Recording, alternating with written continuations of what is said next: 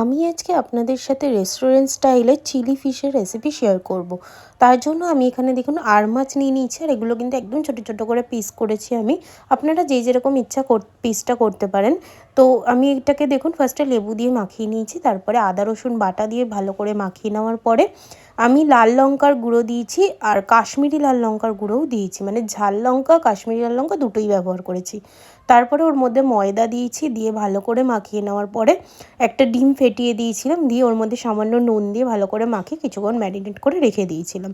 তারপরে একটা কড়ার মধ্যে সাদা তেল নিয়ে নিয়েছি, আর ম্যারিনেট করা মাছগুলো ভালো করে ভেজে নিয়েছি লাল করে। এরপরে ওই তেলের মধ্যে শুকনো লঙ্কা দিয়ে দিয়েছি আর রসুন দিয়েছি। যে কোনো চাইনিজ খাবারে রসুনের ফ্লেভারটা দেখবেন খুব ভালো লাগে। তো রসুনটা দিয়ে একটু নাড়াচাড়া করে ওর মধ্যে আমি ক্যাপসিকাম আর পেঁয়াজ দিয়ে হালকা করে ক্যাপসিকাম আর পেঁয়াজটাকে ভেজে নিয়েছি। তার মধ্যে একটু আদা রসুন বাটা ব্যবহার করেছি।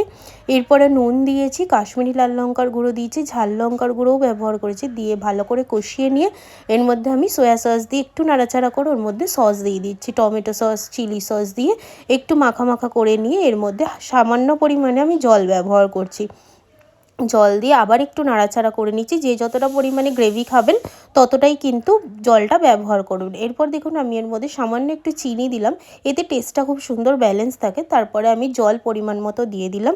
এরপরে ভেজে রাখা মাছগুলোও আমি এর মধ্যে দিয়ে দিলাম গ্রেভির মধ্যে।